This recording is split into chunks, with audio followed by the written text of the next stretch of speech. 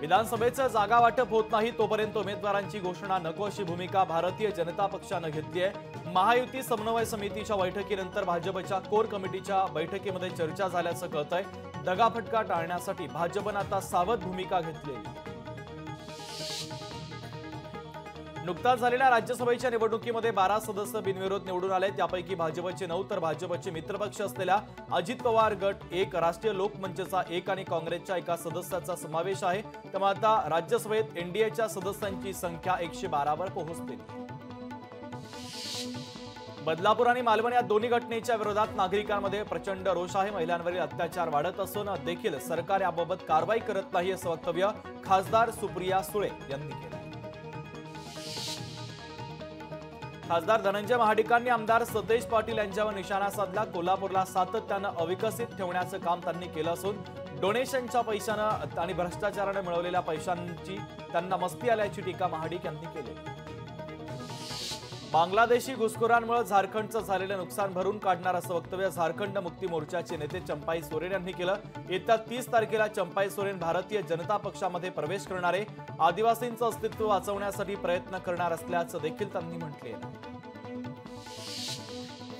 जेलमधून सुटका झाल्यानंतर आज के कविता हैदराबादमध्ये दाखल झाल्या। यावेळेस पक्षाचे नेते आणि कार्यकर्त्यांच्या वतीनं के कवितांचं जोरदार स्वागत करण्यात आलं। सर्वोच्च न्यायालयानं जामीन मंजूर केल्यानंतर काल तिहार तुरुंगातून त्यांची सुटका झाली।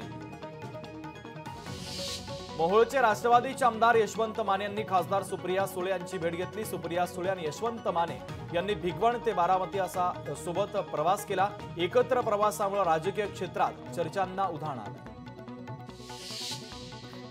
राजकोट किल्ल्यावर छत्रपती शिवाजी महाराजांचा पुतळा कोसळल्याप्रकरणी कुणी राजकारण करू नये असं आवाहन उपमुख्यमंत्री देवेंद्र फडणवीसांनी केलं।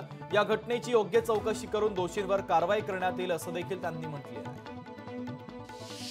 भारतीय जनता पक्षाचे नेते विनोद तावडे यांनी सांगलीच्या शिराळ्याचे राष्ट्रवादी काँग्रेस शरदचंद्र पवार पक्षाचे नेते शिवाजीराव नाईक यांची भेट घेतली। या भेटीमध्ये राजकीय खलबत झाल्याची चर्चा राजकीय वर्तुळामध्ये सुरू झाली आहे। शिवाजीराव नाईक हे भाजपच्या वाटेवर तर नाहीत ना अशा चर्चांना उधाण आलं।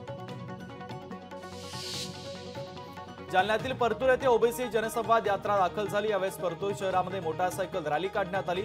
या रॅलीमध्ये हजारो मोटारसायकल स्वार ओबीसी समाज एकवटल्याचं पाहायला मिळालं।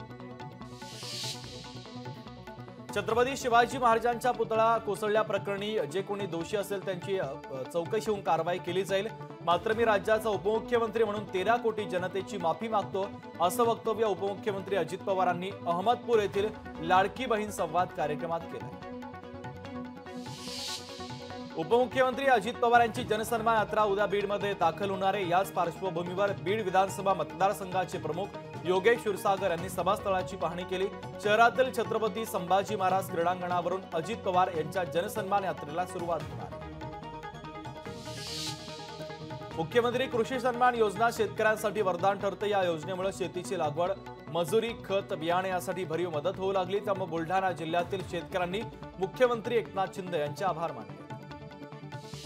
शरद पवारांनी विधानसभा निवडणुकीसाठी पुणे शहरातील सर्व इच्छुकांचे अर्ज मागवलेत। पुणे शहरातील 8ही विधानसभा मतदारसंघातील इच्छुक उमेदवारांकडून अर्ज मागवण्यात येत आहेत। राष्ट्रवादी काँग्रेस भवन, शिवाजीनगर येथे अर्ज उपलब्ध आहेत। 4 सप्टेंबरपर्यंत अर्ज जमा करण्याचं आवाहन करण्यात आलं।